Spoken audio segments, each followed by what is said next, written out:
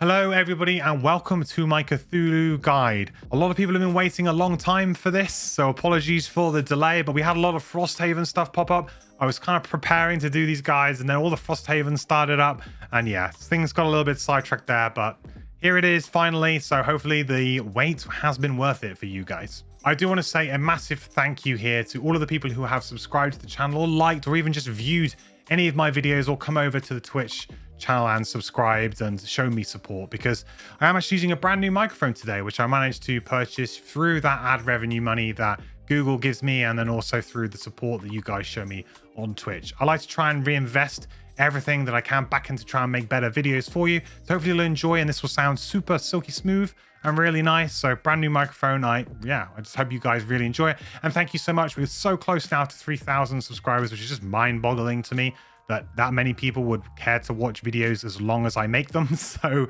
thank you all so much for the support. And yeah, hopefully on to another 3,000 more, maybe. We'll see. But yeah, plenty more exciting things to come. If you do want to come hang out live, then head over to twitch.tv/mandatoryquest, where you can find me every Monday, Wednesday, and Sunday. Usually streaming Gloomhaven, but we will be taking a look at some other games too in the future, maybe even introducing another stream. I know that I used to stream a few more days and I sort of dialed it back a little bit, but there are plenty of other games out there too, and hopefully you might enjoy exploring those with me too. Okay then, enough of the intro. Let's get into the Plague Herald.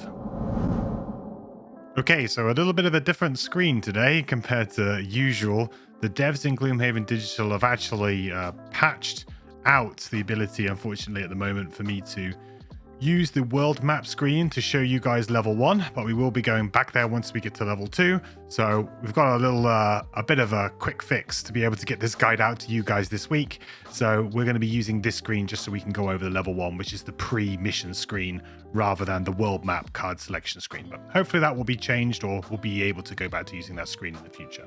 So the Plague Herald has 11 cards, which is not the maximum amount, 12 being the largest, but it's still pretty damn big.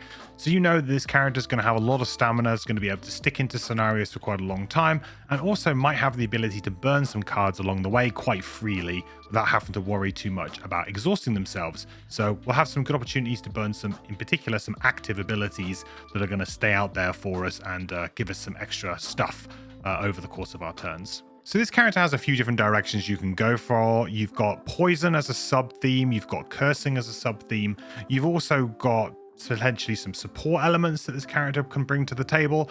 You've also got some sort of just good damage attacks that this character can bring. So there's a lot of things that this character can do, and I think a lot of people will really like this character because of the fact that it does have quite a lot of versatility, and it also has some quite unique things, especially when you get up to level 7, which we will talk about. But there is definitely a lot of room to maneuver with this character, and compared to some others, I actually think that this character from level 1 has, a very good selection of cards to choose from, and you can definitely pick and choose a few of these for each scenario, and certainly we're going to be leaving behind some cards that actually aren't that bad, really. So there's going to be some opportunities for you to mix these cards up. Personally, how I like to build this character over time is I generally like to go for more of a poison build in the early game, and then we usually transition into more of a kind of cursey build towards the upper levels, and just kind of combine those two factors.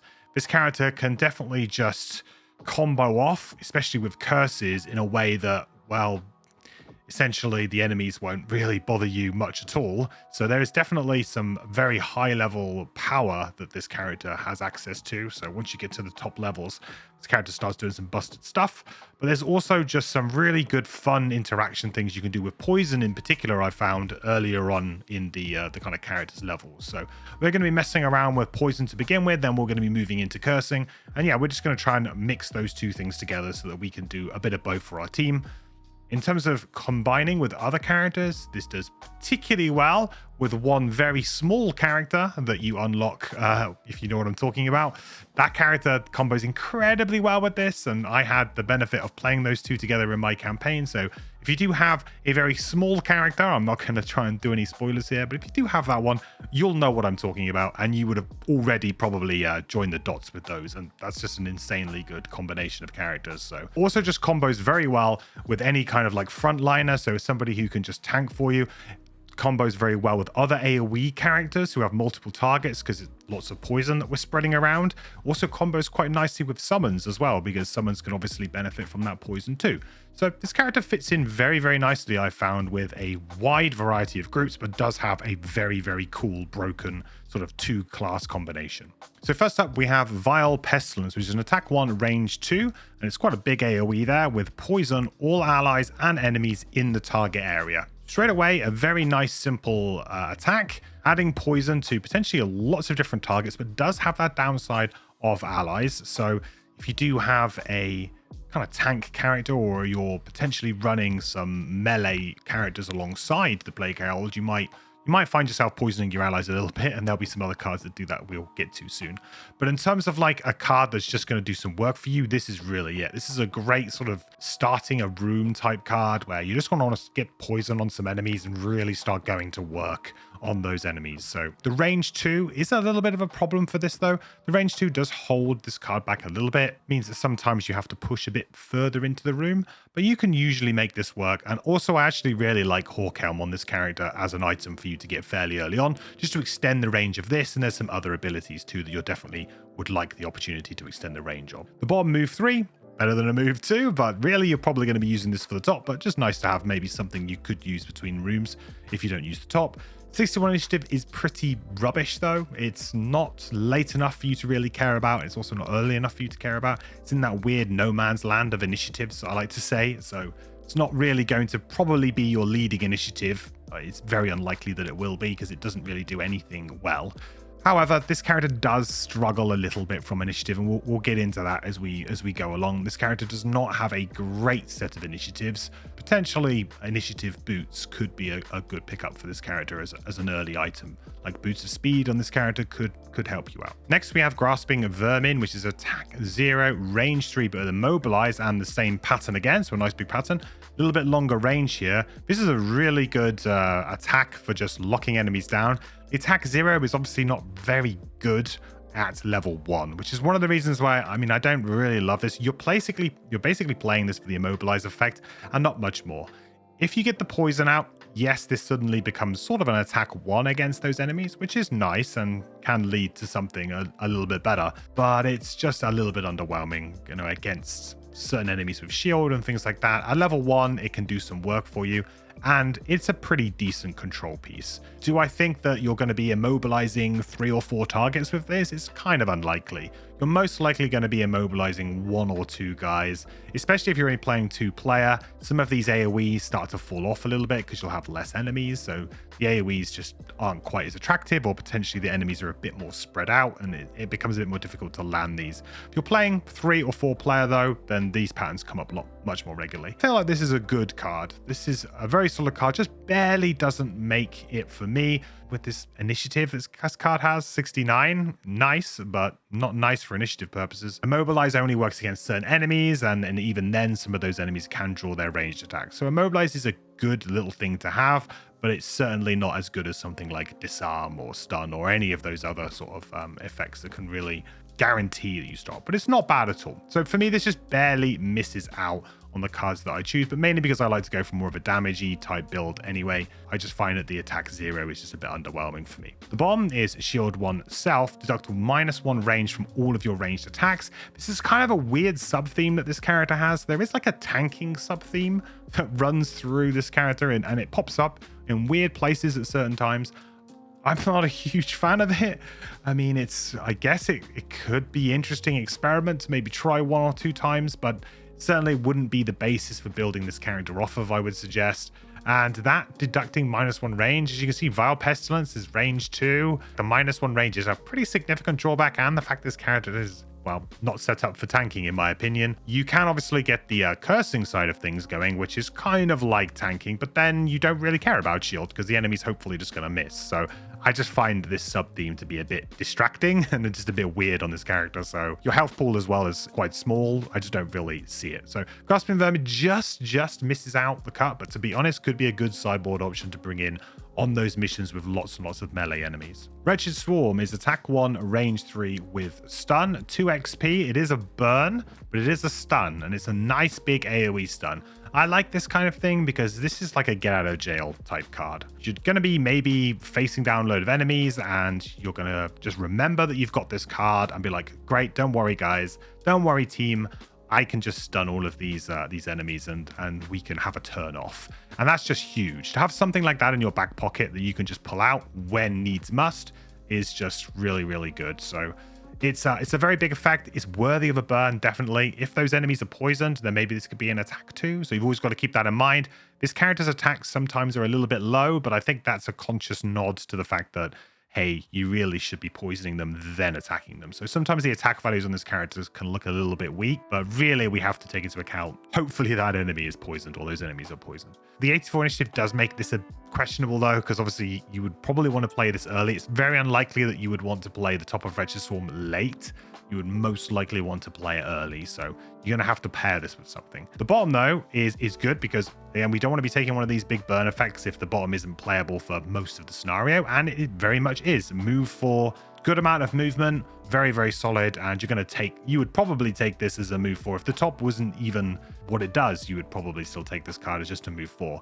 Movement, again, something that this character does struggle with, so initiative and movement, which makes it a little bit awkward. Like, do you go for initiative boost? Do you go for plus movement? There are some different ways you can go with it, however you feel. But again, this is another thing that this character sort of struggles a little bit with, is that movement. So we're definitely taking a move 4, and we've got a great get out of jail effect on the top. Next, we have Spread the Plague, which says once during each of our attack actions, you may poison one ally within range 2 or deal 3 damage if the ally already has poison to add +1 attack to the entire attack action.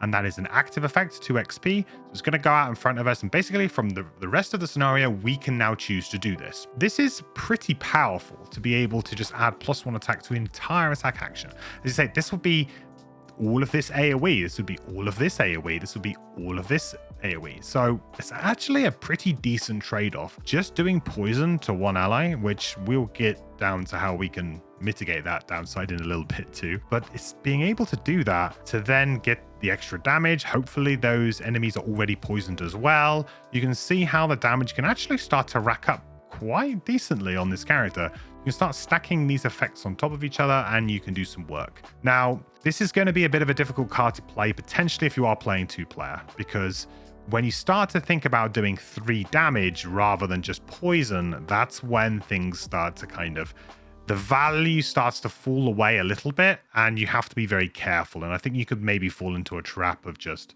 putting too much damage on your allies. So you do have to think about that a little bit. In a 2-player situation, I'd probably wouldn't consider playing the top of Spread the Plague, or at least you'd have to use it very sparingly. But in a 3 or 4-player party, or if you had summons, also works quite well with summons, because sometimes you don't really care if a summon is poisoned, because they can maybe stay behind. So if you've got like a ranged summon, so for example, Spellweaver, you've got Aid from the Ether, you could just chuck a poison on it to get this extra benefit, and that summon is going to hopefully just stay away anyway and not get hit. So, or if you've got a summon that's got 2 health, if it's poisoned or not, it's probably going to die to 1 hit. Just poison it and get some extra damage. 27 initiative is decent for this character, I'll tell you that. So yeah, that's okay. It's obviously not super early, it's not great, but it's decent for this character, so we'll take it. The bottom is attack 3, range 3. So we've got an attack on the bottom of a card here, which, as we know, is very premium, allows us to maybe do double attacks. This works very nicely with our poison effect, so we can poison an enemy, then we can immediately attack them to get the benefit of that poison. So this is actually a very good bottom of a card. So even if you're not playing the top of Spread the Plague, you might want to play it just for the bottom. This is the kind of character as well where you're probably going to move a little bit while you're in a room and then move between rooms. You're probably going to pick a spot and say, yep, this is my spot. I'm going to sit here, and I'm not going to move too much during sort of the action turns, if you like. And then in the down turns before you go into the next room, then you can just move along. So yep, Spread the Plague is an excellent card. Really like it. And I really like the theme of the poisoning the allies and stuff. But you do have to be a little bit careful. That is a real downside. So next up we have Biting Gnats, which is an attack 2, range 4, target 2, and 1 XP, non-burn. So this is just a great value attack. I think this is just super value. The range 4 means that the target 2 is actually going to happen, because sometimes you might have a target 2, and we'll get to one in a little bit later, that's a little bit harder to get that target 2 on, but this can definitely easily get that target too. Hopefully those targets are poisoned as well. So really this is an attack 3. So you could be looking at 6 damage here. You know, 2 attacks of 3 is very good value for a level 1 card. It's incredibly good value for a level 1 card. Biting Gnats is a kind of early game MVP for sure with this character. Obviously, if they're not poisoned and you're just attacking for 2, at the early levels, you have a pretty bad modifier deck. We can improve that with time, but the attack modifier deck is, yeah, a little bit against you when you are level 1. That is worth bearing in mind. You can obviously flip your -1s and your -2s, and this can be a little bit underwhelming. But it's a very good value attack and a good way to consistently earn XP. 47 initiative, right in the middle there, so not good for us. Right in the middle of that no man's land, so probably one of the worst initiatives you can really get. Right in the middle. And you have move 4 on the bottom, which is super valuable as well as another movement card. We don't really want to be playing this for the bottom though. That's the thing. With Wretched Swarm, we can definitely use this as a move 4. We probably want to be using the top of Biting Gnats to get that XP most of the time. Winged Congregation is gain flying on the top, creates wind, and it gets 2 XP. And it's a permanent effect, which means you don't have to worry about traps, don't have to worry about hazardous terrain, don't have to worry about difficult terrain. You can just go around. Don't even have to worry about enemies. You can just stroll on through the scenario at your own pace. Really good to be able to mitigate certain scenarios. So certain scenarios can be quite difficult for characters that have not much movement and they present a lot of difficult terrain. So they can be very difficult for you if you don't have movement boots to be able to get through them. So this is just a good thing that this character has in their back pocket to alleviate some of that stress in certain scenarios. Now, I don't think you necessarily want to be burning it immediately at the beginning of every scenario saying, great, I have flying. I think it's something that you keep. You will burn it for at least 2 XP towards the end of a scenario. So it's worth bringing along just for a free 2 XP, but it's also worth bringing along for this initiative and this bottom action too. So 16 initiative is an early initiative for this character, which is, I think, premium. You want to keep these premium early initiative cards. And you've got move 2, heal 1, affect all adjacent allies. So this is how we can start to mitigate the poison that we may be doing to some of our allies. So Vile Pestilence potentially poisoning our allies, Spread the Plague potentially we'll be poisoning our allies. So this is definitely a card that you want to be bringing just for this bottom effect if you do intend to go pretty hard on this poisoning. And it does allow you to, I guess, make up to your allies for poisoning them a little bit. Also, you can sort of immediately use an attack and decide to trigger Spread the Plague, do your attack, poison an ally, and then just immediately go and heal it off them. Creeping Curse is our first curse card that we get, which is attack 3, range 3, and curse on the top. Basically the baseline level of a solid of a level 1 attack. And then you get curse on the top, which is a nice added benefit. Not as good as, obviously, stun or disarm, and curse in smaller quantities isn't quite as good. Cursing is definitely something you want to try and do a lot of. You want to try and get as many curses as possible. So not as impactful as you immediately play it, but obviously over time you can build up a bit of value, and hopefully in a key spot, the enemy's going to flip a curse. For level 1, this is a very solid attack with a little bit of upside on it with that curse. And the bottom is move 2, curse, target 1 adjacent enemy. So this card is great at cursing. You can either attack them and curse them, or you can move and curse them. Now, I think you probably want to be doing the top and doing the attacking and doing some damage, but what this does allow you to do is potentially just keep curses going on enemies that maybe you don't really care about, and yeah, just keep the cursing going and maybe keep moving towards a goal in a scenario if you want to, while adding those curses in. We'll definitely be doing a lot of cursing with this character. Gathering Doom, our second curse card, exactly the same as Creeping Curse. On the top there, attack 3, range 3, and curse. So see previous card. Very happy with that. The bottom is a loot 2, generate wind and 1 XP, and it is a burn. Now, I don't really like loot cards, especially burn loot cards. I just find them to be a bit too all-in. However, they are definitely required at the early levels to start getting yourself a bit of a bankroll. You know, it's nice to be able to get some items. Items are a big power spike for characters. So having a loot card in your hand that can get you XP, but also just get you a ton of loot so that you can go and buy that item that will really help you out. Also, certain scenarios do require you to use a loot effect in order to loot a chest, for example. And loot 2 will allow you to maybe get chests that are behind traps and things like that too. It's not something that I'm really excited about, and looting is definitely something that I start to phase out of my builds as I start to level up. But Gathering Doom, I think you've got a very good attack on the top, and you've got a loot on the bottom that's going to get you some loot and hopefully help power up your character. So yeah, just a solid average card here. Next, we have Paralyzing Bite, and any Tinkerer players should be excited here because, yeah, we do have another stun shot. So attack 1, range 3 with stun, 1 XP, non-burn. This is going to be your kind of number 1 control card that you're going to use as you're playing this character. This is definitely the card that you want to be using as much as possible, because you're going to be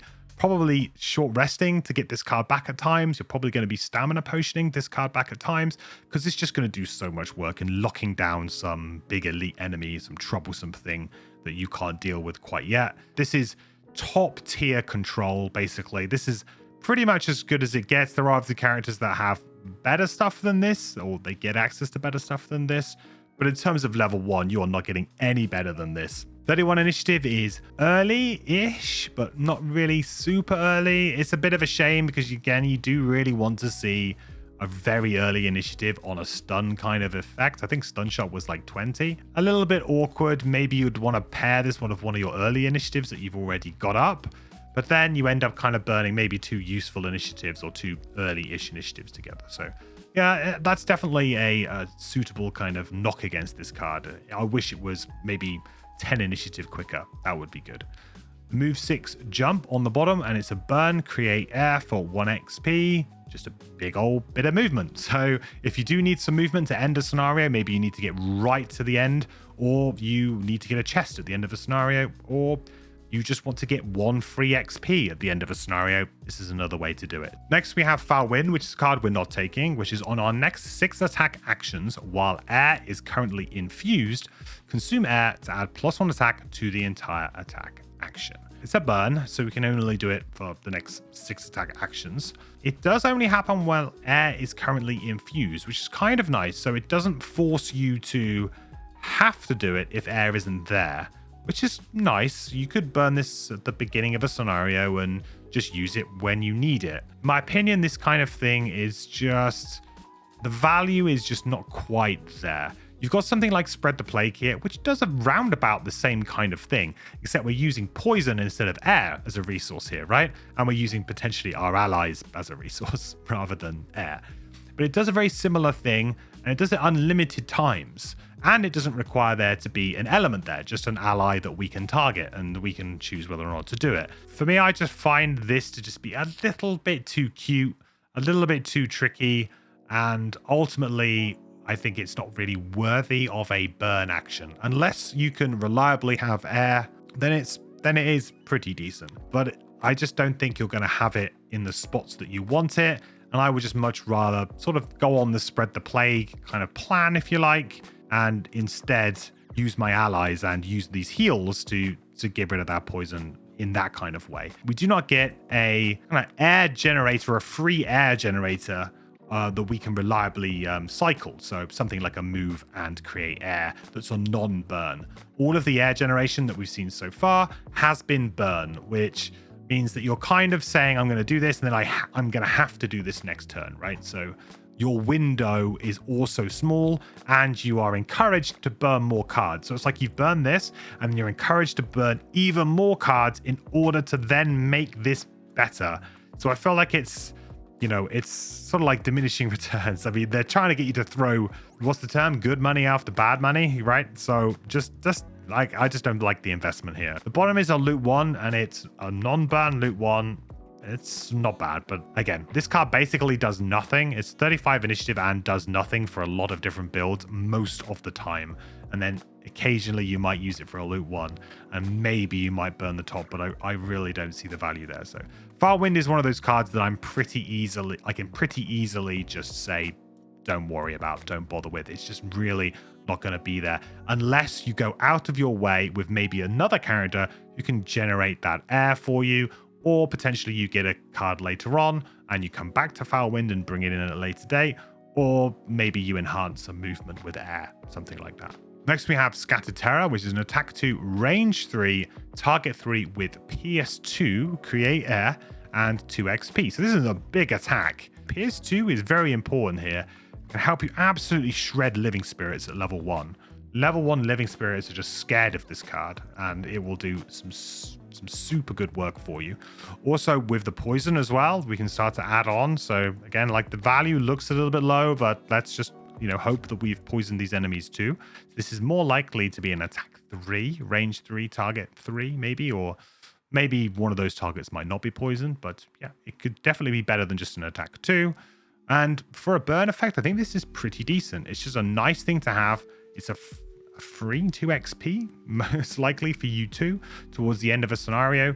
Just keep you leveling up nicely, and we'll just kill a couple of enemies, or help kill a couple of enemies. Another reason we want this card, though, as well, is this 11 initiative. It's super important for this character. Will be an 11 initiative card for you, and potentially just a move 2 for you, which will help you position on the initiative that you want. And I think sometimes that is worth taking a card for. The bottom is all attacks targeting you gain disadvantage this round. A little nod to that weird kind of tank build. But also, you do have some curse that you're doing, so disadvantage and curses, maybe start to bring those curses up. Primarily, we're going to be playing this though for the 11 initiative, and we'll probably just be using it as a move 2 most of the time. And then we've got a nice big burn attack on the top for when we need it, which I think that's enough for this card to make the cut. Next, we have Epidemic, which is an attack 3, range 2, target 2. So this is pretty similar to Biting Gnats, which is what I was alluded to. And this range 2 though is quite restrictive compared to Biting Gnats. But I mean, how are you going to turn down an attack 3 potential target 2? That's 6 damage right there, 1 XP, and it's a non-burn. That is an incredibly good attack that if you can land it on 2 targets, I think. And with some suitable planning, I don't think it's too hard, especially if you're playing a 4-player. What you can do as well, as I suggested, maybe getting Hawk Helm could be a very good item for this character, because you can suddenly turn this into a range 3, and then all of your options maybe open up. So at target 2, you may find yourself actually sort of attacking one of those enemies at disadvantage even, just to be able to get the second target, but that's still worth it in my opinion. So I just can't turn down a card like Epidemic. I think it's just super good value attack, and if you're good at positioning, you shouldn't have too much trouble making this actually attack 2 things. 43 initiative is No Man's Land. After each of your move actions, poison all adjacent allies and enemies. This one is a little bit more situational towards the lower player count, actually. I like this one a bit more if you're playing 2-player compared to Spread the Plague. So now you could maybe consider doing Epidemic and the bottom of this, maybe then do the top of Spread the Plague if you're playing 2-player. The reason for this is obviously you can't choose whether or not you do this. This just happens. So after your move actions from now on, you're just going to poison everything that's adjacent to you. And if you're playing 4-player, or if you've got lots of summons, then that's just going to start to spread, which gives it anti-synergy with the top of Spread the Plague, because of course you want those targets to not have poison, so you can actually poison them to trigger Spread the Plague, or to activate Spread the Plague. So this is definitely something that I think is suited more for a smaller team, so maybe a team of 2, because then you can just move into those enemies and just poison them, and it'll be quite easy for you to navigate around your ally to hopefully not poison your ally. Epidemic, I really like the top for pretty much every sort of player count. I think it's pretty damn good. And the bottom, I think, specifically is better with a 2-player, because you can control that ally poisoning a little bit more. Next, we have Virulent Strain. Remove a poison from any one enemy to cause it to suffer 3 damage. And that's 1 XP. I mean, a lot of people will probably say, wow, this is like an attack 3, but this is much better than an attack 3. This is direct damage, allowing you to just bypass shields. And as we were talking earlier a little bit about living spirits, this absolutely wrecks living spirits too. They will just crumble to this card. Just chuck poison on them and then just remove it with Virulent Strain. Works very well with the bottom of Epidemic, because you could just move in, poison, and then just immediately remove that poison to do 3 damage. So there is definitely some really cool combos that you can do with the top of this. And you just cannot understate how good, especially at early levels when your deck sucks as well, when your attack modifier deck sucks, you just really cannot undervalue this direct damage that is just, hey, take 3 damage. It's just so good to guarantee being able to kill something and not have that risk where, oh, am I going to draw my miss this turn, or putting your fate into the random nature of an attack modifier deck at level 1 is a scary thing. Virulent Strain allows you to bypass that and just be like, hey, I'm going to do some damage, and you're going to be very, very happy about it. 50 initiative. There you go. Strap bang in the middle there. of rubbish. Poison, target all enemies adjacent to enemies with poison. Boredom here is quite good at spreading that poison around. So suddenly you're going to be able to start just spreading that poison a little bit more. A little bit hard to tactically get this to work. It sounds a lot better than it is. At first I thought that, wow, this was actually maybe where the power level of the card was. But the more that I played with Virulent Strain, I found actually the top was just awesome. And I just want to do the top most of the time. And the bottom situationally could come in really good use. But I find the character to be quite good at poisoning a large group of enemies anyway. With a card like Vile Pestilence, you've probably hit the majority of the enemies. And then at this point in time, you know, the bottom of Virulent Strain might be poisoning one or two other enemies, which is not bad, but it's certainly not insane power levels. In certain spots, Virulent Strain can be great, but actually I feel like the top is really where it's at. And the bottom can just be used when you really need to, and you can get some good value. You'll certainly look down at the board in certain sort of situations. You'll go, whoa, hang on a minute. This is going to be a really good Virulent Strain turn, and you can figure it out.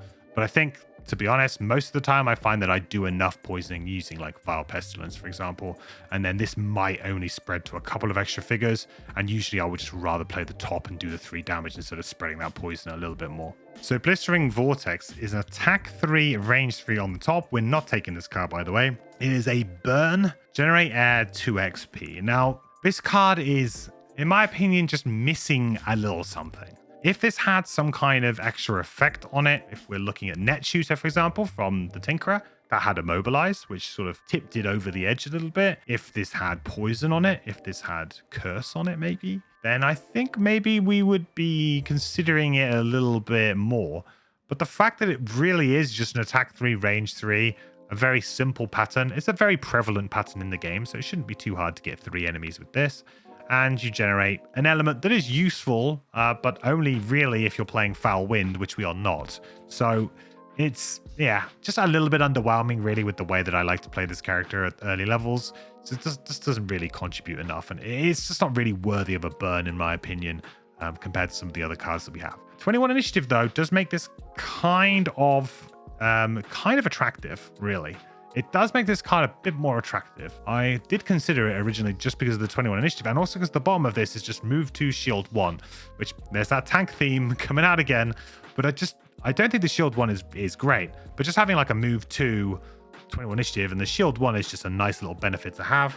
Maybe an enemy draws a target too, so it's just nice to have that shield. Maybe you're not the main tank in your party, or maybe you're not the main frontliner in your party.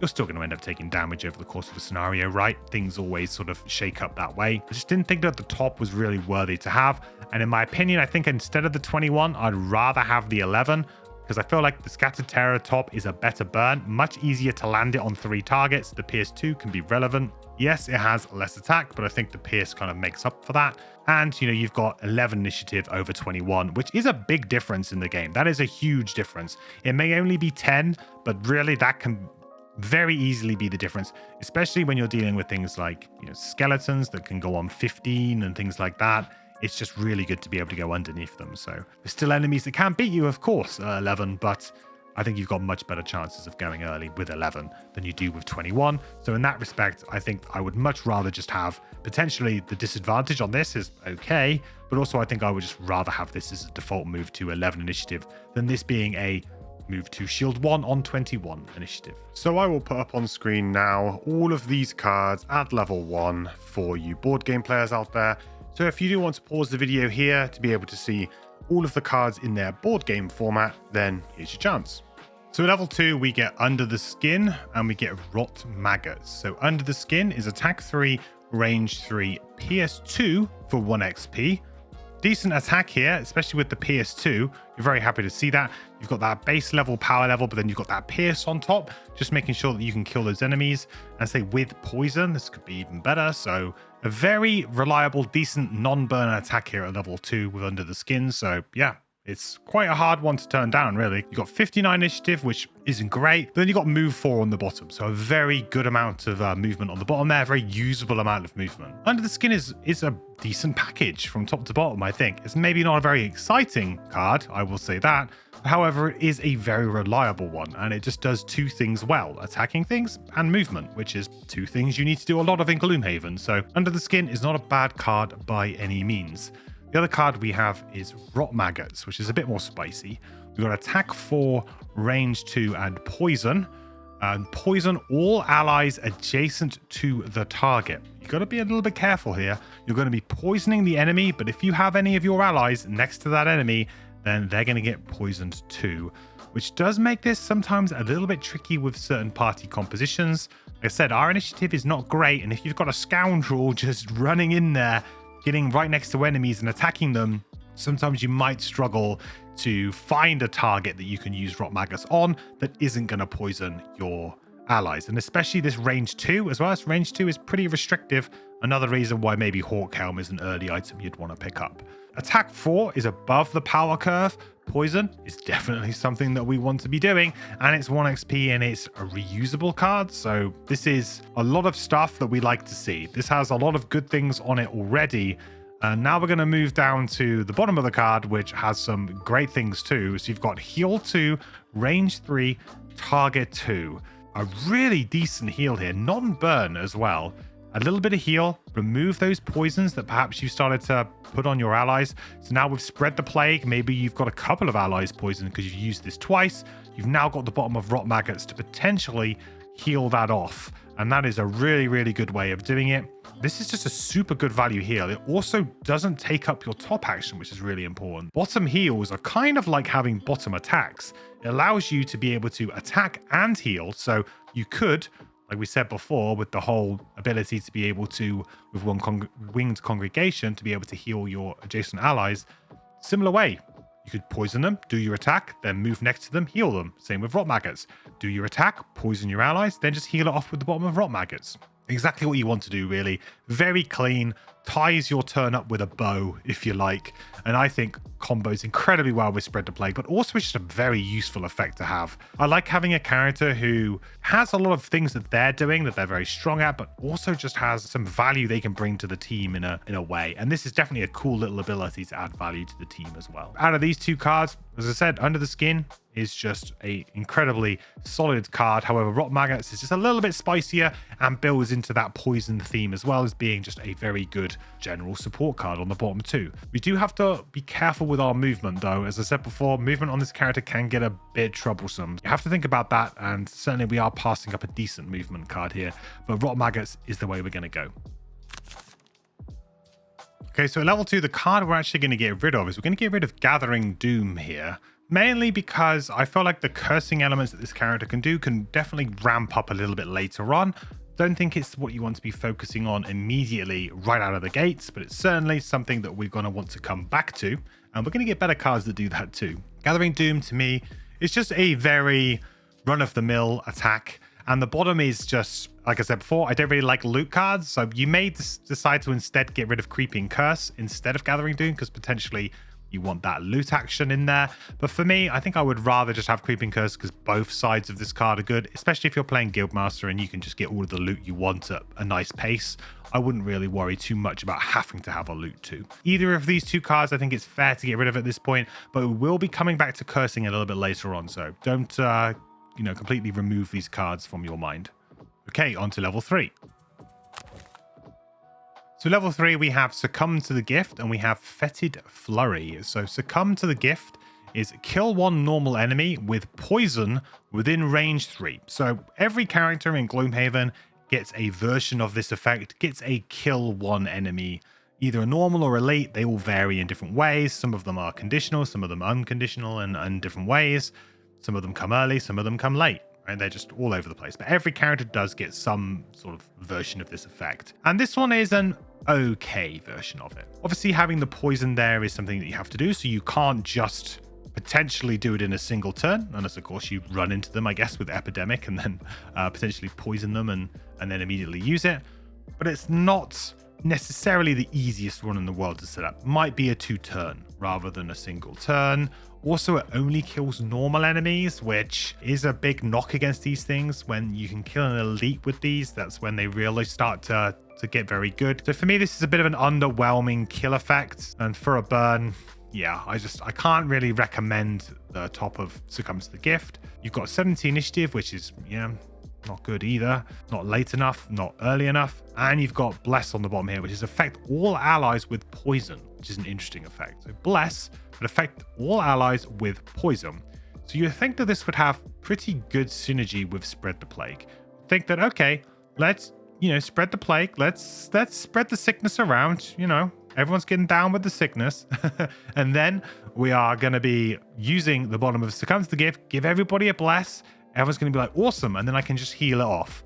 In my opinion, it's just a little bit too cute. It's just a little bit too labored, really, just to get a Bless in there. By the time you've managed to poison all of your allies, you could be in a situation where they've taken 2 or 3 attacks while being poisoned. So they've taken an extra points of damage. They haven't been able to heal because of it. So they've been sat there going like, I would really like to heal now, please. And you're like, no, please don't heal. I need to give you a Bless. It's just a little bit awkward, I find. It's just a bit too cute. If you are playing solo, though, and you can really min-max this out, you've got a bit more opportunity to do so. So this is the kind of card that potentially, if you're playing solo, you might want to give it a go. But I couldn't really recommend it for like a multiplayer situation. Luckily, though, we have a good card opposite it at level 3 we can talk about, which is Fetid Flurry, which is attack 4, range 3, and curse. So a strict upgrade to our Creeping Curse and Gathering Doom cards. Really happy to see that. 26 initiative, but we do have a move 2, create air on the bottom. So we did talk a little bit earlier about, perhaps Foul Wind could maybe be playable if we had a more reliable way to make air. And here it is. You've got a move 2, create air. So if you are going down the Foul Wind route, I think this is an absolute must pick up of a card. I don't even think you even blink if you're trying to make Foul Wind work. I said, though, I'm not a huge fan of it. I still feel like I would rather use Spread the Plague. It's just more fun and a bit more reliable to me. But this will definitely do that for you. And also, there are some other uses for this element, which we will get to later on, which are very, very good. We're happy to have it regardless, even if we're not playing Foul Wind, because that will help us later on down the line. But yeah, Fetid Flurry, this is an easy pickup, a very, very solid attack, and with Curse on, just an easy upgrade for us here to a card we've already got. So you have a couple of options here. We can go for the straight upgrade here of just removing Creeping Curse and swapping out Fetid Flurry if we like. Also, however, you might consider getting rid of Epidemic here instead, especially if you're playing at 2-player and this sort of target 2, range 2 thing just doesn't seem to be paying off for you, or you seem to be struggling with it. I think swapping Epidemic out here for Fetid Flurry is not a bad deal at all, and it's certainly a much more reliable attack, so you can go either way with it. I will probably be swapping out Epidemic here, I think. It's just a little bit too hard to get it to work, and I'm not using the bottom here. I'm probably going to be using Spread the Plague instead. I don't think you necessarily need both. So I'll be getting rid of Epidemic here, because I do like the idea of keeping one more kind of curse attack in. We want to get a couple more curses going. Initiative-wise, it's a bit of an improvement too, with 26 over the 43. Also a big improvement if you do decide to swap out Creeping Curse to just do the in-place replacement, if you like. Okay, on to level 4. So level 4, we have Storm of Wings and we have Nightmarish Affliction. So Storm of Wings is an attack for range 4 that we can consume air to additionally target all enemies on the path to the primary target. Think Impaling Eruption. That's kind of like what this card is basically. It's like Impaling Eruption, except you're picking an enemy at range 4 and you're like tracing the line. Rather than with Impaling Eruption, you're kind of starting at the start of the chain, if you like, and you're hopping along. This one, you're kind of starting at the end and you're traveling back, if that makes sense. But think Impaling Eruption. I mean, this is pretty underwhelming, I think, in terms of what a burn attack can look like. It's at level 4, I guess it's not terrible. You do have the opportunity, if you could get 3 things with this, that's 12 damage, which is a lot of damage. And if they're poisoned, potentially even more.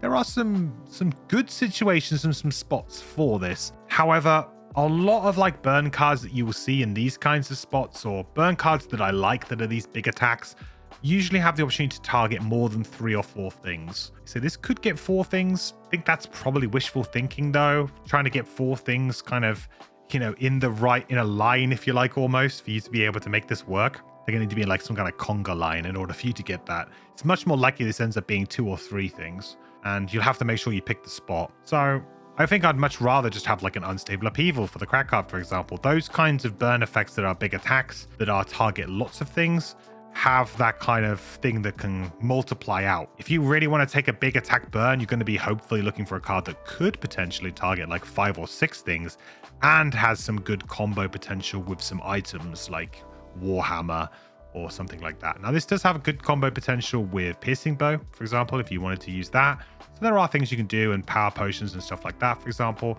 To me, this is just a little bit underwhelming for what a kind of big multi-target attack could be. Also, you have to have that air element, which we know we can make, but again, that's going to limit your potential to actually do it. So you're going to need to prepare it a whole turn in advance, potentially, in order to do it, which maybe the enemies have moved. Especially if you're on 91 initiative, the enemies would have moved. A move 5 on the bottom, though, is excellent. So you do have a very redeeming half of a card here. This is kind of like what I like to see. A big burn effect on the top and a very, very usable utility thing on the bottom that's just going to keep you going and you're going to want to use consistently. So this move 5 on the bottom has the potential to save a card like this, because you can almost forgive the top because the bottom is just so usable for a lot of the scenario. Overall, I think it's just a little bit underwhelming. Nightmare's Reflection, though, is a cornerstone card of pretty much any build that you play with this character. If you want to go all in on poison, if you want to go all in on cursing, you're going to be playing this card. Or if you're going to be going all in on support, you're going to be playing this card. This is just excellent. So attack 1, range 3, target 2, poison and curse. So both poison and curse, and we get to generate the dark element, which we haven't seen yet. We haven't seen anything that cares about dark yet, but we will get to it. And 43 initiative is middle of the road, so no good really. The bottom is a mobilize, range 3, target 2. So you've got some really good control over. This is just a absolute slam dunk of a card. I think when we talk about some of the best level 4s in the game, there's one in particular that comes to mind, that is that little character that we were talking about earlier that combos very well with this, which is, I think, hands down the best level 4. But this does a damn good impression of that card, and I think potentially has more utility in a weird way, because you've got that immobilize as well, which can actually be very useful in certain spots. It basically rolls 2 cards into 1 for you. Before you were kind of, this turn I'm going to poison, next turn I'm going to curse, this turn I'm going to poison, this turn I'm going to curse. Now it's like, nope, we're doing poisoning and cursing every single turn. This is going to be a card you're probably going to end up stamina potioning for, I expect, at some point. Nightmare's Reflection is a very easy pick here, and I think every build at this juncture will take this card. So now we have Nightmare's Affliction. We can consider taking out Biting Gnats here. So this is a card we can now consider dropping, but this is where you need to start being careful about that movement again. I'm quite a greedy player, and I'm not ashamed to say it, but I do really like just jamming all of the good stuff. I can sometimes be a little bit negligent on my movement. I have noticed that I do have a trend to sometimes not recommend movement. It's usually because I find myself gravitating towards plus movement boots with most of my characters, in which case I find that the default move 2, in combination with a pair of boots, is usually enough to get the job done. Or of course, you can go for some higher prosperity items that actually turn that move 2 into something better as well. You've got options. Sometimes I don't mind creating a problem for a character because I have a solution somewhere else, which is that there's an item that solves that problem for me. I will be swapping out Biting Gnats here. However, if you are struggling, you don't have any of these items, you've maybe come across the Plague Herald very early in your playthrough, don't have very good high prosperity items, perhaps you're playing with 4 players and the other guys have robbed all of the boots, you may actually need to consider taking out something else here. You may consider taking out Creeping Curse here instead, but I'm going to be super greedy and I'm going to take out Biting Gnats. There is certainly some scope here to change things up, because this move 4 is actually pretty important on this character. I can't deny it, but I am a very greedy player. Okay, on to level 5.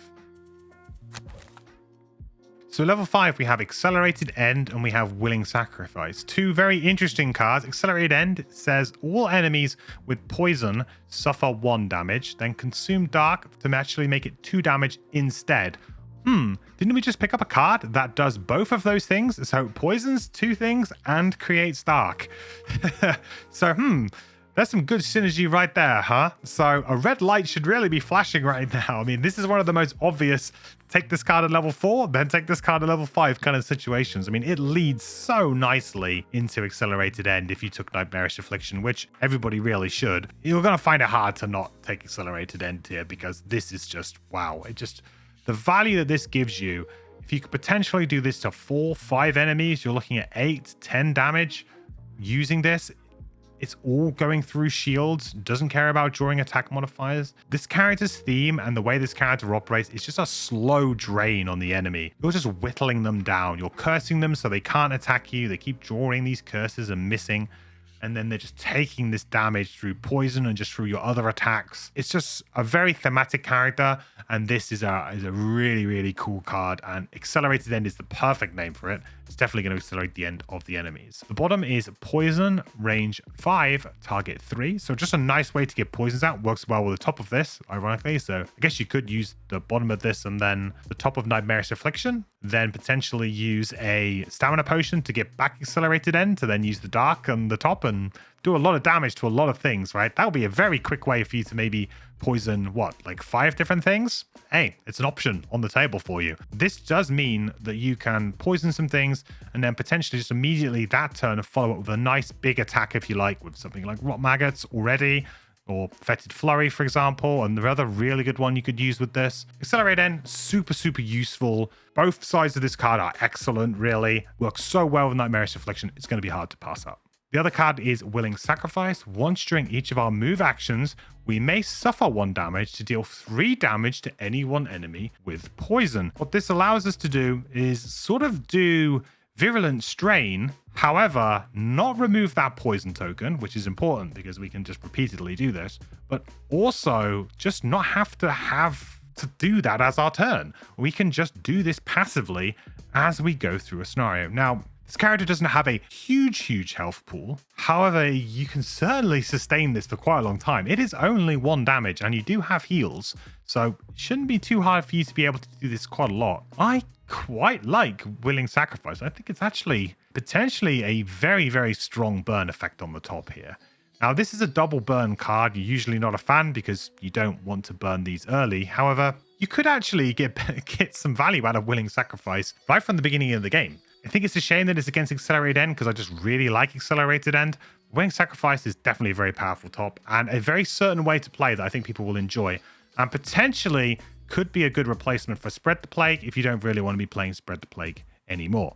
The bottom is all allies with poison may recover up to 2 of their discarded cards, and you can consume air to up to 3 discarded cards instead. Now, this is a pretty underwhelming bottom, but that's fine considering that the top is really where it's at. It's a double burn, and the top is a burn that you will probably want to play early to start getting value from it right from the get-go. The bottom is just, it's just labored, really, right? Having to poison all of your allies first to then be able to let them get 3 discarded cards back. It doesn't even get back lost or burned cards, which is really what I think would maybe make this a bit more playable. Just saying, hey, you can get back 3 discarded cards. Yes, it is giving potentially people super stamina potions here, potentially, which can be good. And obviously, if you're playing 4-player, that's potentially 3 allies getting their cards back. But there's just the amount of time and effort that has to go into this. It's just, in my opinion, just not worth it. You have to poison your allies and you have to have your air element there the turn you want to do it. It's just never going to sync up in a way that's going to be satisfying. So maybe if you're playing solo, you could make it work, and it has the potential to have some fun combo with some other characters. Top of Willing Sacrifice is really fun, excellent, and I think a great replacement for Spread the Plague. However, we're going to be going with Accelerated End because I just think it feeds so nicely into Nightmarish Affliction and what we're already doing. So the card we're going to swap out is pretty simple here, Virulent Strain, because these 2 cards basically do the same kind of thing, except Accelerated End can actually do this damage to multiple things and doesn't remove that token. So we can maybe do it again and get the value out of that target being poisoned. Very, very simple swap here. Virulence Drain has been good up to now, but this just does everything that that card does, but better. It really does. It just does everything better. So Accelerate End, it's a very, very easy swap between these two. On to level 6. So level 6, we have Stinging Cloud and we have Black Tides. So Stinging Cloud is attack 2, range 3, consume dark to add muddle, and we got a nice little AoE there. It's a little bit underwhelming for a level 6 card, right? It's just like an AoE. I mean, we've had plenty of these AoEs before, and this is an attack 1, and Grasping Vermin was an attack 0. Like, it's an attack 2. It smells like, hey, we don't want to give this character too much power, because otherwise, potentially you can go crazy with it. Obviously, with the amount of poisoning this character can do, you need to be a little bit careful about some of these attack values that you give this character. And I think this is one of those occasions where actually what they've done is maybe this might have been an attack 3 at some point, but really it ended up being an attack 2 because it just with the poison it was too much. Especially if you draw like a ×2, for example, it can get pretty nuts. Stinging Cloud Top it's just fine, but it's really not very exciting for level 6 and maybe a little bit underwhelming. The model effect is nice because we are doing a lot of cursing, but honestly I feel like that Consume Dark could have been something else and maybe would have been a bit better. Model is one of those kind of effects that it is nice to have and it does play into the strategy of this character. However, it's just, I mean, I certainly wouldn't be choosing a card just because it has model. That just doesn't really ever happen. The card has to have other redeeming features too. 66 initiative. Nope, we didn't talk about that. Move 3, shield 1 self. So it's a decent sort of shielding card. 66 initiative on a shield card? Ugh. You know, that's pretty disgusting. You'd have to pair this with an early one, otherwise it literally does nothing. I think Stinging Cloud, all in all, is just a bad package of a card. If it had early initiative, we could maybe consider it. That would be good. I'm just surprised to see a move 3 shield on a 66 initiative. Obviously, they wanted to sneak this in somewhere. They wanted to keep this tanking sub-theme going on here, which I don't think really anybody really should try and get to work. I mean, you can try it for a bit of fun, I guess. It could be a little bit of a laugh, but I don't think I'd even try it on my Weird Build Wednesdays on Twitch. I don't even think I will, because I just don't see it being good. I just see it being very boring. The other card we have is Black Tides, which is, again, not a very exciting card, but a little bit of a role player type card. We've got attack 4, range 3 on the top, create air. Not bad. We don't have any way to really use that air yet. So, we have Foul Wind. So again, if you are going down the Foul Wind route and that is something you are trying to do, then this is an auto pick for you. Just repeatable way to generate that element. 37 initiative is decent. Not great, but it's okay. And then we've got move 4 on the bottom, create dark. Now that is something that we are quite interested in. We've said before that we struggled a little bit with our movement on this character, and this can really help us get over that hump. And it generates an element that we can use. Like I said before, with Accelerated End.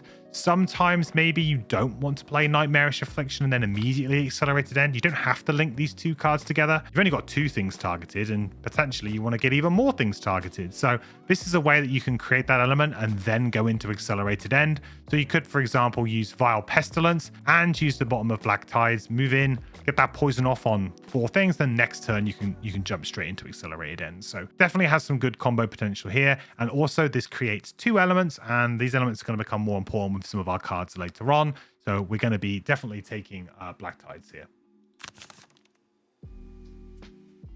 So the card we're going to be getting rid of here is, I'm going to be super greedy, and I'm going to be getting rid of Wretched Swarm. This is a card that you've probably only really been using for move 4 for a while now on this character.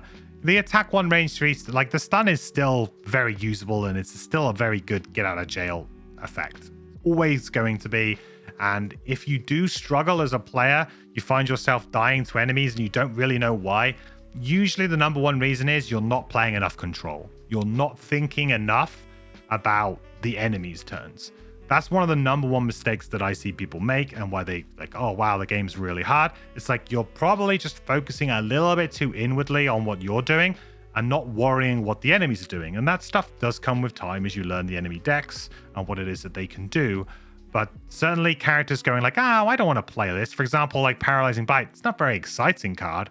It's like, oh, but if you can do that to a cultist to stop it from summoning, you've essentially killed an enemy. You've removed a potential figure from the board. It's the same as killing an enemy. That's how good these things can be against certain enemies. But I'm going to be swapping this out because I'm a confident player and I don't think like I really need this big flashy effect, and I really just want to do a like-for-like trade at this point because I'm pretty happy with the cards that I have. If you do want more movement though and you don't have the movement boots, you may need to swap something else out here. That is definitely worth considering. But for me, I'm going to get rid of Wretched Swarm and put in Black Tides.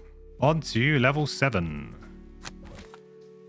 Okay, so level 7, we have one very, very interesting card. The other one is pretty interesting too. So this is a very good level 7, I will say that. So level 7, we have Airborne Toxin and we have Baneful Hex. So let's start with Airborne Toxin. We have Curse and Muddle, target all adjacent enemies.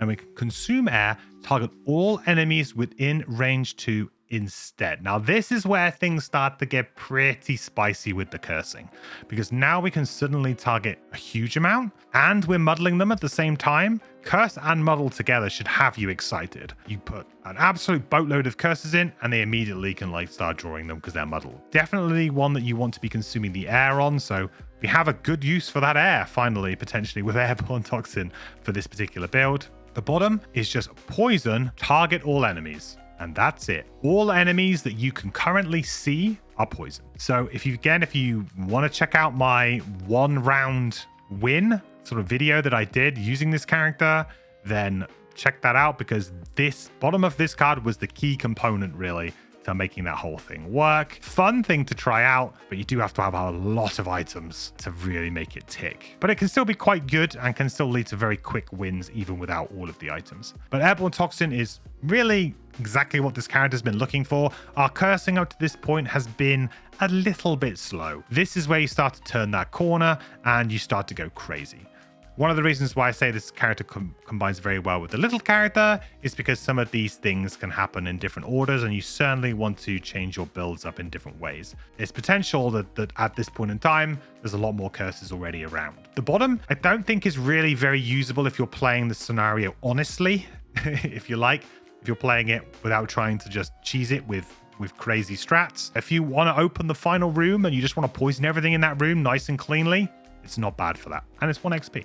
Next card, though, is probably the card that this character is most well known for. If you talk to anybody who's played this character before, this will probably be the card that they talk to you about. And it is Baneful Hex. If a curse causes an enemy to deal no damage during its attack, that enemy suffers 3 damage. 2 XP, and that is a persistent ability that you just have for the rest of the scenario. Now you can start to see where this character wants to kind of flip a switch. Whereas before we were using poison, and we're still going to use some poison to good effect to help our allies to attack things. And there's still some good opportunities for us to use poison as well as curse. But this is where you're going to start going, okay. Now you can start to see how this character can just lock the enemy out of the game entirely. Just lock the enemy out of the game, and then they just slowly die a very long and painful death as they die to Baneful Hex and Accelerated End. It's a really fun way of playing, and one of the reasons why I think this character is so well loved. Very, very thematic for the type of character that it is. However, having said that, this is a card that, as it stands, we need lots of curses to really make work. This card doesn't do anything without curses, the top at least. 33 initiative is okay,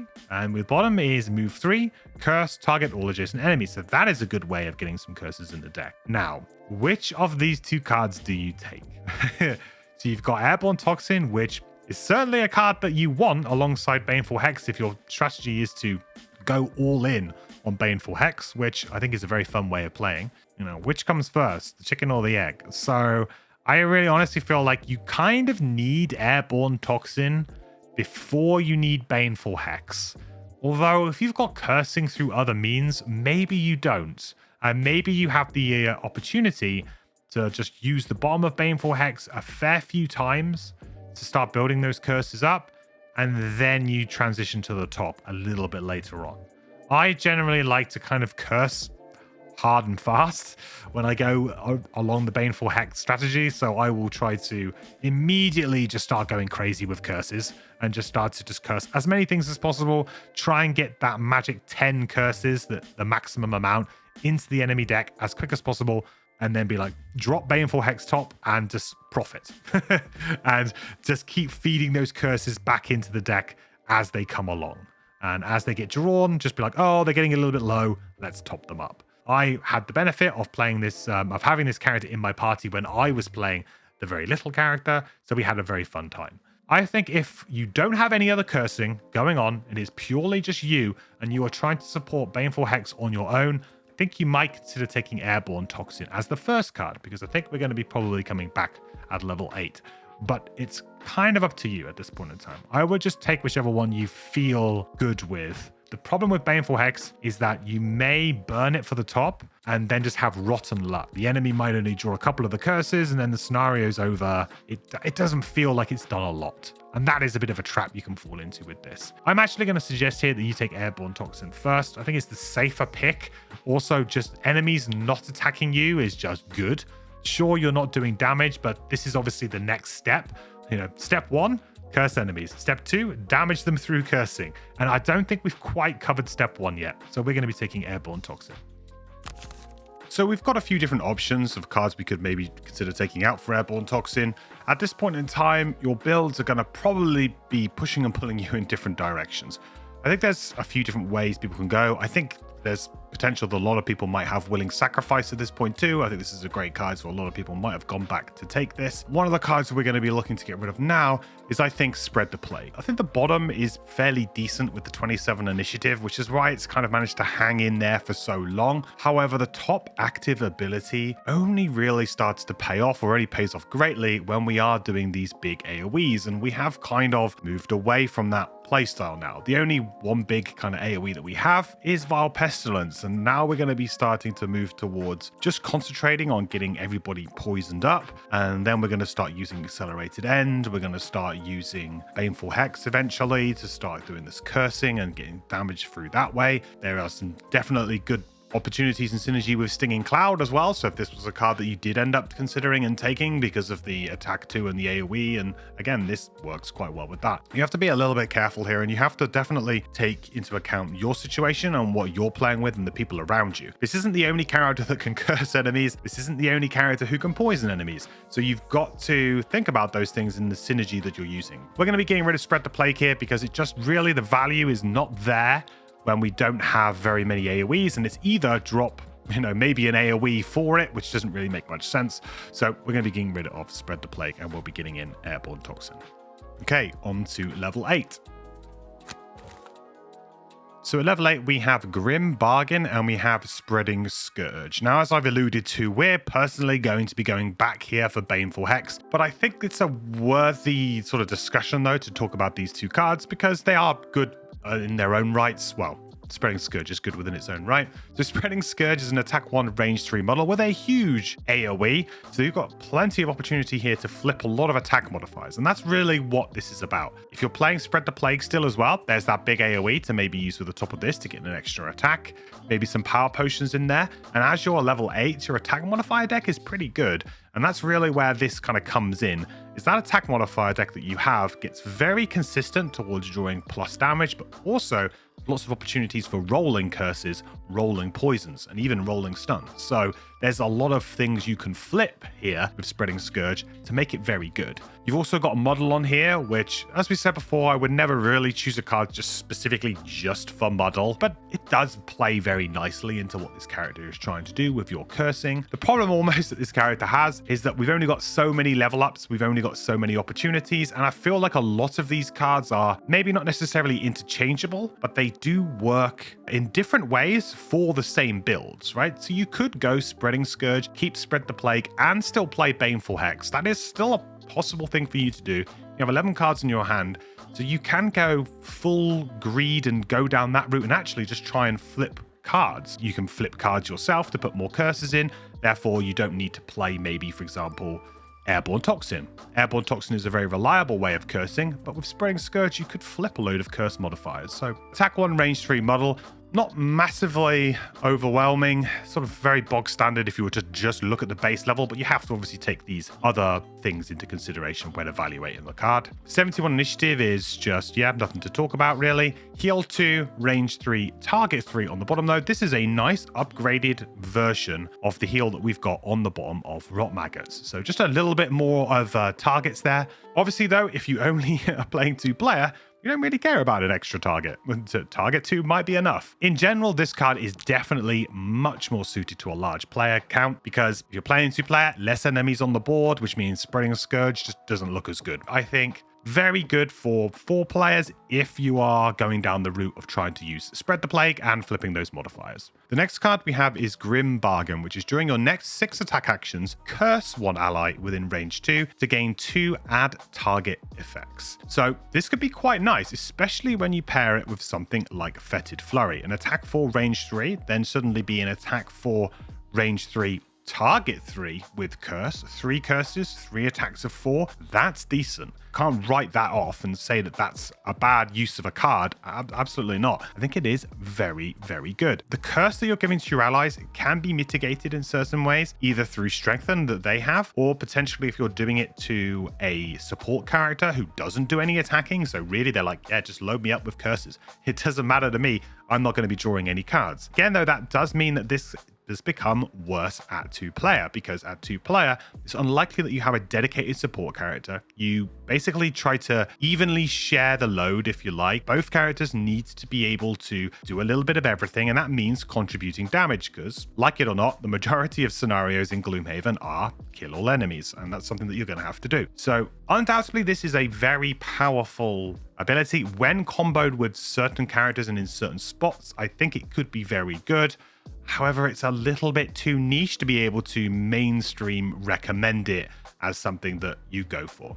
So the bottom is Muddle Self, double the value of your next attack action this round. So double damage. Is this any good? Well, no. I think this might be the most underwhelming level 8 ability that I've seen in a while. There's worse out there for sure, but this is really like not what this character wants to do at all. It feels very, very counterintuitive. It feels almost like, hey, maybe it should be used with Spreading Scourge. It just feels like a really weird spot for this kind of ability to appear in this character's progression. At level 8, like what am I doing here? You've just put in front of me a load of cards that are specifically to do with cursing, helping me do my cursing, and maybe something like this, but this is like one turn too late, and you're not going to be choosing another level 8 instead of a level 9. That's just not happening with this character. There's just too many. There's a very, very good option. So you're not going to be doing that. So to me, it just feels like it's just in a very weird place. Even if this was maybe at level 4, level 5, I think I would still really, really struggle to do this. Why this has Muddle Self on the bottom of it is beyond me. I get that this could be very powerful. I understand that. A strengthened attack, it could do it. But there are plenty other characters in the game that have better tools at their disposal and who do not have this kind of drawback on this kind of effect to them. Yes, this character has AoEs. There is potential that this character could do a huge double damaged attack. That is true. But all of the values for everything that this character has have been dialed back in consideration to the fact that they have this ability and they have Spread the Plague and things like that that can just add this damage up. I just feel like Grim Bargain was perhaps it without the muddle, it was broken. I don't really know. It just, to me, it feels like it was never really given the chance to shine. It was never really given the opportunity to be great. It's not like this character can suddenly clear an entire room on their own using the bottom of Grim Bargain. They can't. It's not worthy of a burn. It's not worthy of... it's not even worthy of a place on a card, in my opinion. I find it incredibly underwhelming. And the fact it has to be this round as well, you have to be in the right spot and you muddle yourself. I'm sorry, I can't take the bottom of this card seriously. It's really... why any player would ever consider this, I don't know. And I can't find any reason as to why you would want to try it. So if someone knows in the comments below why they may want to try the bottom, or like where it would be a good spot, I'd like to know, because I'm really struggling to think of a decent reason to take it over literally most other cards, even cards that we had at lower levels that were bad. I would struggle. So the top of Grim Bargain is usable, absolutely, and actually pretty strong in certain respects. However, the cursing your allies is a bit of a drawback, especially as you have to curse them every single time. So for me, that's enough of a knock. To be honest, we knew that we were going to be going back and taking Baneful Hex because that's what we're playing around. That's the strategy that we want to play towards. So that's what we will be doing. So we're going to be taking Baneful Hex. So now we've got rid of Spread the Plague, we are going to start not really needing some of our heal abilities that we might have. Now is a good opportunity to consider maybe dropping Wing Congregation. It's one of those kinds of cards that I just enjoy having a 16 initiative, and the bottom is very usable. But obviously this is going to start to drop off unless you plan on enhancing it. This will be a card though that certain scenarios you will need to bring in because of the flying. It just makes them an absolute breeze. Any kind of scenario where get from A to B as fast as possible without dying, you're going to want probably Wing Congregation. And it is a free 2 XP, so it's been good just to kind of keep our leveling going as we've been going up the levels too. As I've said before, this character has a lot of flexibility with the build order and what you would like to do, and a lot of it comes down to really how you your party comp is doing and how you feel about the character and how you're enjoying playing it. If you're enjoying the poisoning element and using Spread the Plague, then keep it in. And this particular kind of direction we're going, Wing Congregation can come out nice and simple, and we'll bring in Baneful Hex. We do miss the 16, but we're keeping in Scattered Terror on the 11 just to give us that early initiative still if we need it. You do have to worry sometimes about it. We've got Fetid Flurry on 26, so potentially this may be a situation where you would want initiative boots. Okay, on to level 9. So at level 9 we have Mass Extinction and we have Convert the Flock. So Mass Extinction is, I think, just one of the kind of best ultimates, really, if you want to call level 9's ultimates, one of the best kind of end game build type cards that a character really gets in the game. I think this was just a thematic slam dunk, and it's like the cherry on top of the build. Means that you can just go really, really hard on this cursing build and this poison build and just reap the benefits while you're level 9 and just have a really fun time. And I really like that. I think that's good design for level 9 cards. So you've got on the top, Curse and Wound, target all allies and enemies, create air and dark, and this is no range, so as long as you can see the enemies, as long as they've been revealed, then this will apply. You're opening a new door and immediately doing this, getting all of those enemies in the new room is really, really nice. This drawback as well of cursing and wounding your allies does mean that you have to be a little bit careful about looping it too much. It's probably not a card that you really want to loop the top of maybe back to back. Obviously, it doesn't really matter if you wound your allies twice in a row because it doesn't stack in any way. Wound is wound, and you can always remove it off. Wound's also a lot easier to remove than poison, because poison can really just get out of hand with allies taking more damage or blocking heals in awkward spots. Curse is obviously a little bit frustrating, especially if your characters don't have strengthen advantage and are all-in damage dealing characters. Like a Scoundrel will absolutely hate you for this if they don't have advantage. So there are some definite drawbacks here, but this is just such a good effect. Opening a door or starting a new scenario and just going bang, here's a load of curses, here's a load of wound, gets the ball rolling for your character. 94 initiative means that this is going to pretty much guarantee that you can go last. Whether or not that's good or not, I would argue that it's actually a pretty bad for this kind of thing. You know, in an ideal situation, you would love to go super early, curse all of the enemies on turn 1 before they've even had a chance to take a turn in the game, curse them and wound them, which means you're going to get that wound damage right from round 1, and they've got the potential to maybe draw those curses right from round 1. You do sometimes want to set up Baleful Hex first, so that is a consideration. Maybe you go late with this, curse and wound, then next turn you go early, play Baneful Hex, and then you're away at the races if you like, and then you can start getting that right from the second turn. So there's considerations there. And that's what I think this card's encouraging you to do with this 94 initiative. It's encouraging you to actually do this late, so don't necessarily get the benefit, but then next turn, maybe go early and do Baneful Hex and get the value from that. Vice versa, you could also still go early, but obviously if they flip those curses, then you're going to have to refill them. The bottom here is all enemies with poison suffer 2 damage, and you can consume air and dark to make it an additional up to 2. So 1 for wind and 1 for dark. So if you thought Accelerated End was good, this is even better, you can potentially do 4 damage. And the good thing about this is you can play them both in the same turn. Granted, you can't use the dark twice. That's a bit difficult. You can't do that at all. There's no way you can do that, unfortunately. However, being able to do the top of accelerated end with the bottom of mass extinction to do 5 damage to just all enemies, it's pretty crazy. You do have to get that poison out on them first, though. And I think you've got enough poison to start getting things going. So play mass extinction early.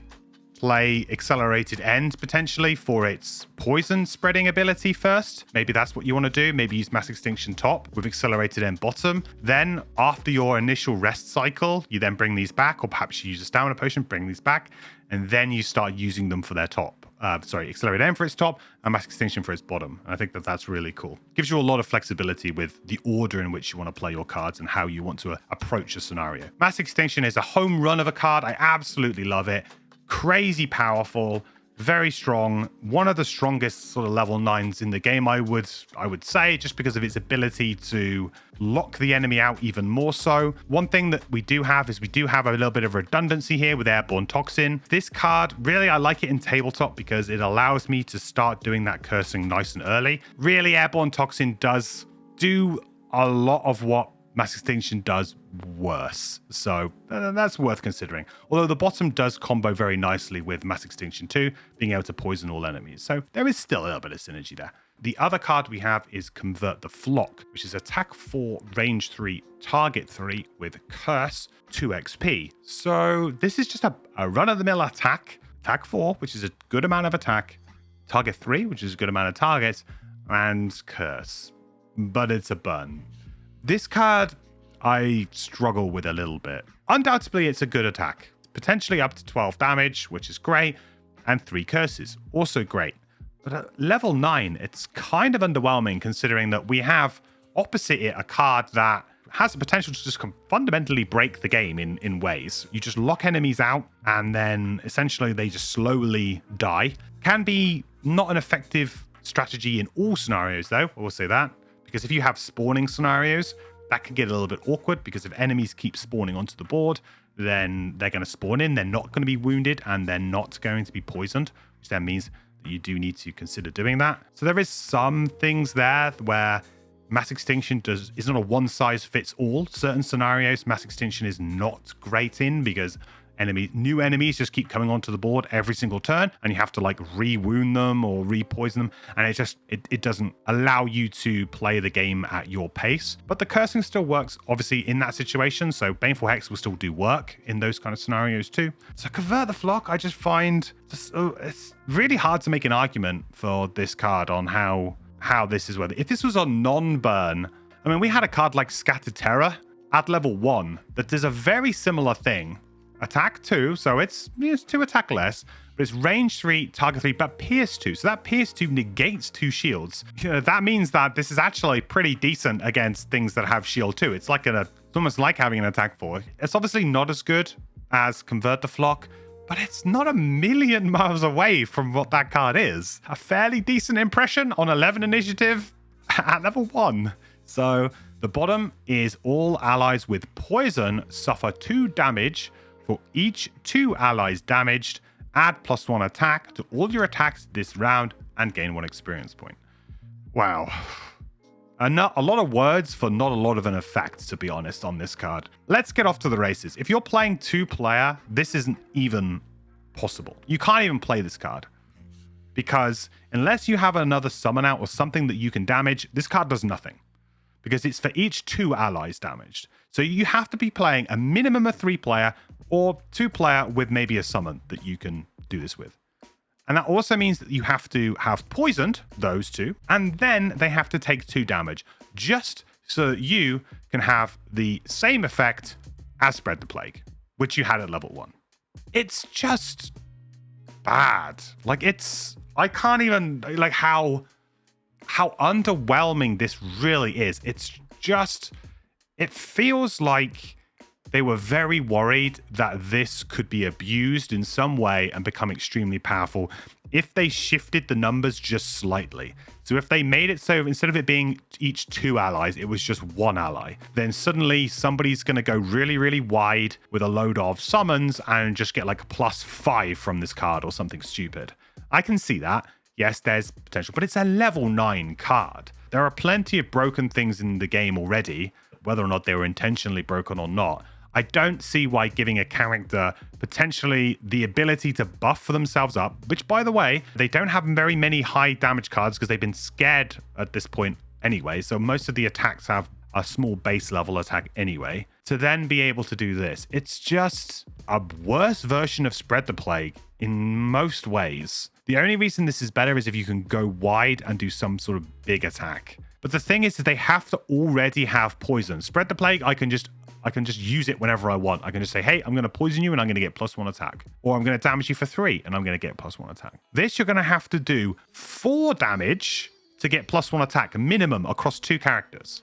And they're going to have to already be poisoned. I'm sorry, but this is one of the worst level 9 effects I think I've seen in terms of the fact that the character already has a card that does this better. So Convert the Flock is just a card I cannot recommend in any way, really. The top, maybe if you are playing a damage build, and who knows, maybe you're playing Grim Bargain as well because you're an absolute maverick and you want to try and get some additional targets with it and just attack everything for 4 with Curse in a room. Sure, knock yourself out. Mass Extension top is awesome. Bottom is awesome. We love it. Does everything that this character wants. Convert the Flock, we just forget about. We won't talk about Convert the Flock ever again.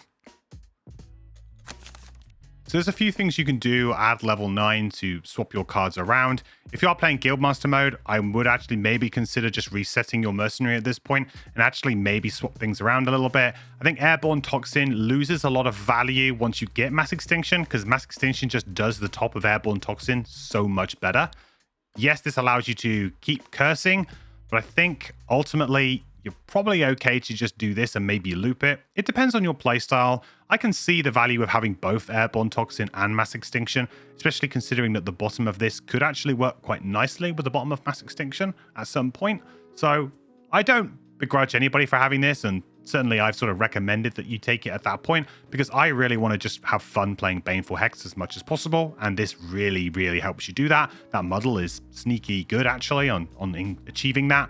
But I could also see a world in which actually instead you reset your character, maybe take Baneful Hex immediately at level 7, and then go and take like Spreading Scourge at level 8 or something, just so that you have an attack that you can then flip some modifiers off of some of those other curse modifiers, stun and poison modifiers that you can get access to.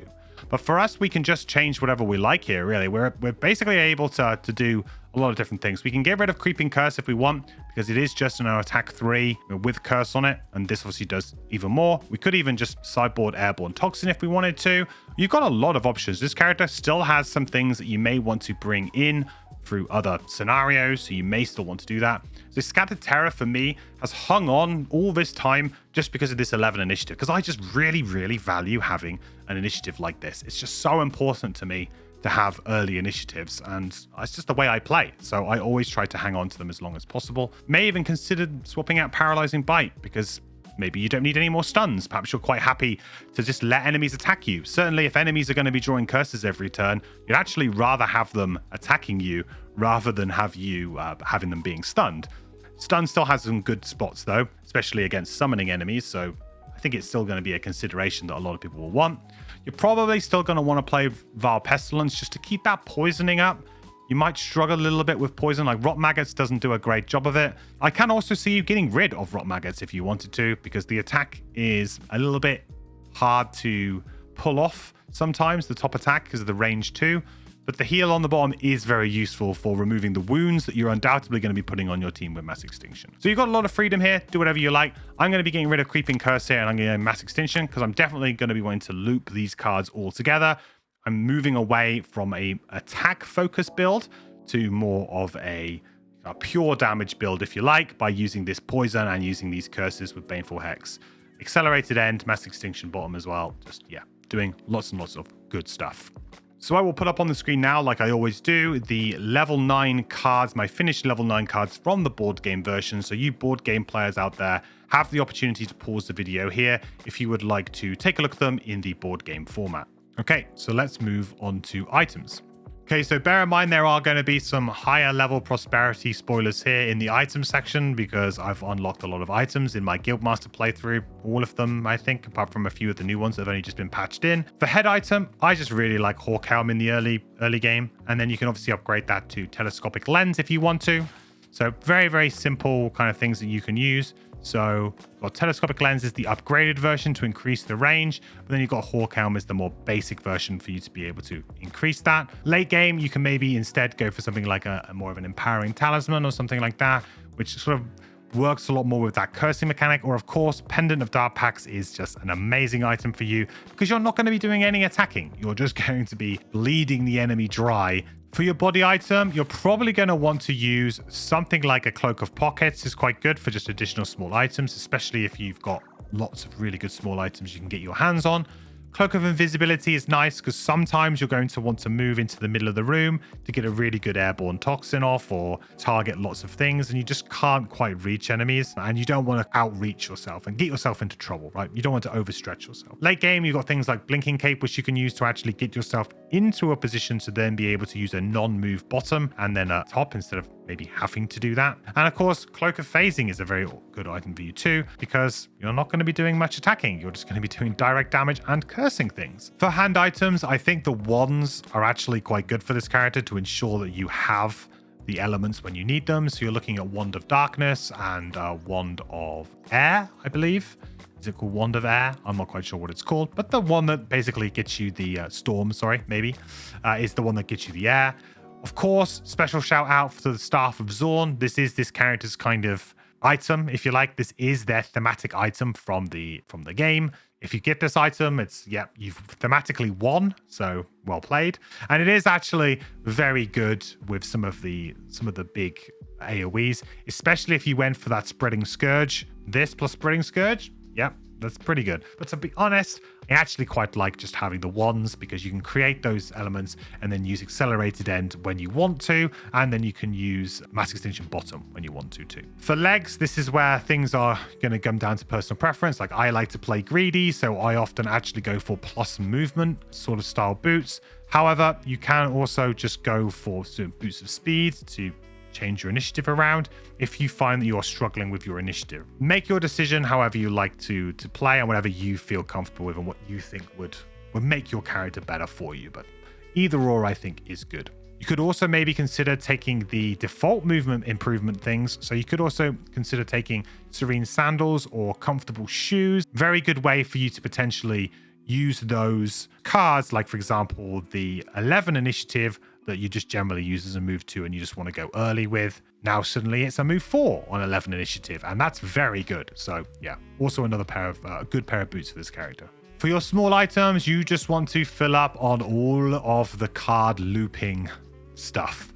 And potentially on some necklaces and things that may refresh your items, especially like your wands and things. That can be quite good. If you're going for a Hawk Helm, being able to refresh that can be quite good. All of the usual suspects. So we're talking about power potions potentially at some point for your AoEs, if you've got those going. You've got stamina potions to get back all of your cards, to keep cursing, keep poisoning things, keep repeating that damage. And then of course you've got star earrings, moon earrings. Moon earrings are good for if you're going to the wands route to refresh those wands. The rings are part of the 1 round win. So if you want to check that out, I go through all of the items that you need in order to do that in that video. So check that video out if you're interested in that. All of these items can help accelerate your game plan. So instead of it maybe taking you 3 turns to get that ball rolling, you can just start going from turn 1, and that's incredibly powerful. So second chance ring, ring of brutality, ring of haste, and you want to be looking at moon earring, star earring as well to be able to get cards back, heal and stuff. Okay, so on to the perks. So for perks, as you can see, this character has a lot of good perks that they can get. We unfortunately don't get a way to wear armor, so all of you guys out there who have been trying to force the tank build, really sorry guys, but there's no way for you to be able to ignore the negative effects of items. So yeah, figure that one out. So unfortunately, we're going to have to go with adding damage to our deck. So Intensify, very, very strong. most likely, most players end up going pretty much from top to bottom as they've got it listed here in digital. That's pretty much what most players end up doing because mathematically it's usually the way to go. So you're going to be replacing your -2, especially early levels where you're only attacking for 1 during a -2 is really rough. Then you're probably going to go with focus twice. Then if you're focusing more on the damage route, I think heighten is a really good perk to get if you're focusing on trying to do more damage. Helps make some of those attack 1s suddenly look really, really good, especially if the enemy's poisoned. It can be very, very good. So early game, this stuff is great. However, we definitely want to start getting some of these flip curses. And this could actually be a very good early perk because you don't have multi-target curses, but you do have a couple of AoEs that stick around early on. So I'm going to go with heighten here, but you're going to start eyeing up this perk pretty soon, I think. I'm not a huge fan of the corrupt perk. I think that we've got enough poisoning going on. You know, cursing is something that you need to keep doing over time, right? Poison, however, you only need to poison an enemy once, really, unless they have heal. Of course, they might be able to heal it off, but not that many enemies have heal, and usually they're only doing it when they play it, you know, they actually flip the card for it. So it's much better to instead just keep refilling those curses. Then we can start basically going for some of like the rolling stuns, for example. Very, very strong with the AoEs. You can also just start using technique to increase your +1s. I'm actually going to go for the rolling cards first here, just because I like them. Realistically, again, mathematically, it may be better to go for some of these +1s instead if damage and attacking and through damage is what you're going for. Ignoring negative scenario effects, I think, is quite an important one to grab. If you are going to grab it, getting the add 1+1 is definitely a nice little benefit for grabbing it with this character. So I think that you will probably end up taking this. My personal experience of playing through the original campaign, I never felt that they were that bad, but maybe that's just the way that I played, the way that I approached the game. For example, if all of your allies were to start poisoned, then spread the plague suddenly is bad, but unfortunately this doesn't give them immunity, it only gives you immunity. So you probably care a little bit more about them being immune than you do to you being immune. But yeah, I think this is an absolutely fine perk to get. The rolling immobilized one is good for the AoEs, got a chance maybe of just randomly hitting something. And then at this point in time, any perks that you have left, you know, just fill out your damage curve. So we can start to add just technique. And then I've got all of these perks left, so I can just kind of keep putting all of these in. So I could just put them all in Scent. Maybe I will just put one perk in here, just so that I've done this to get 3 poisons. Why not? I mean, I don't really care about an extra +1 with air, so... But this is like, with everything in the game, this is with all of your perks, so... A lot of players won't really get to this point. Honestly, the rolling curses, I think. If you're going to focus on getting some rolling ones in, curse and the stun. Those are the two that you should focus getting in.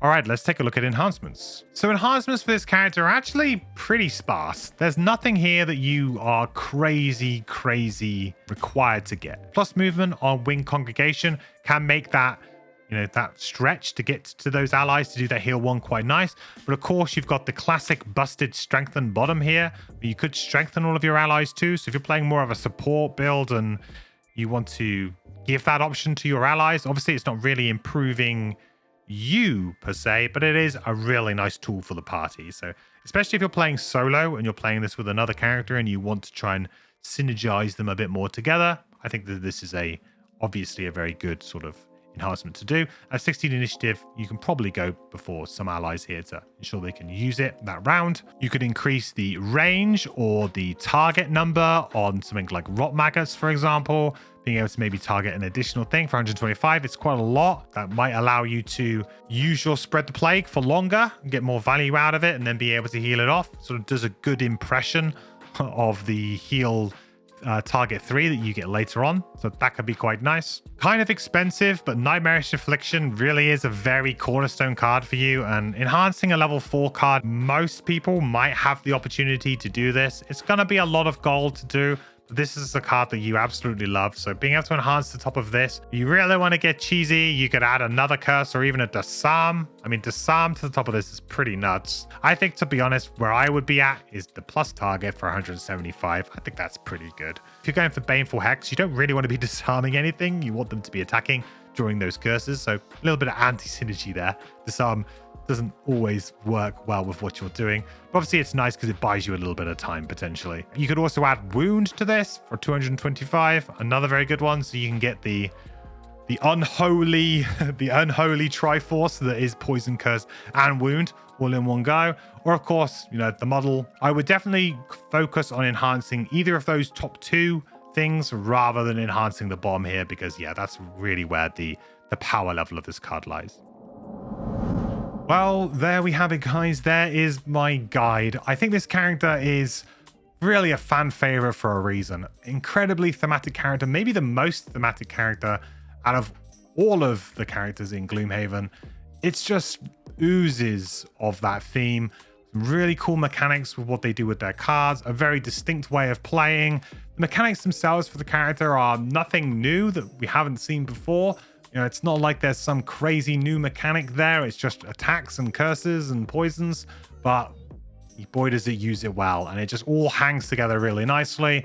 And there's a reason why this character is very well loved. And yeah, just hopefully you enjoyed the guide and you found something interesting. This character also has lots of different directions you can go, so I'll be interested to know what your thoughts are on the different cards down below, because like I said, there's a lot of opportunity here to just go in different directions and just combo with different characters in different ways. Maybe if another character can do a lot of poisoning, you don't have to worry so much about that. Maybe if another character can do a lot of cursing, you don't have to worry so much about that. And you can just, yeah, lots of flexibility with the different ways you can go. So I'd be interested to know your thoughts.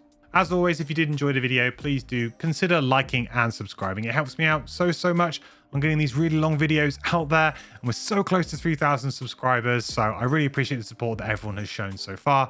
Onwards and upwards, we've got plenty more Gloomhaven videos to come. Still got plenty more I need to make. Saw being the next class guide that I need to do. But also we have Frosthaven videos coming in the future too. And even maybe some Jaws of the Lion stuff if I can find some time. So I would really like to do some Jaws of the Lion stuff too. And again, if you do want to catch me live, you can always head over to twitch.tv/mandatoryquest every Monday, Wednesday, and Sunday and ask me any of your Gloomhaven questions live there. Talk Gloomhaven, talk anything else really, talk board games. We just have a good old time over there. And if you come by on a Sunday, maybe even play some live multiplayer with me too as we play with the community. So yeah, always a good time over on the stream. All right, so all that's left for me to say then is again, thank you all so much for watching. I really appreciate it. I will catch you on the next one. Bye. I think so. Yeah. That's the blessing from Cowboy. That's the blessing from. Isaac, at this point, can we get your approval to add an additional attack modifier deck for allies in the digital version?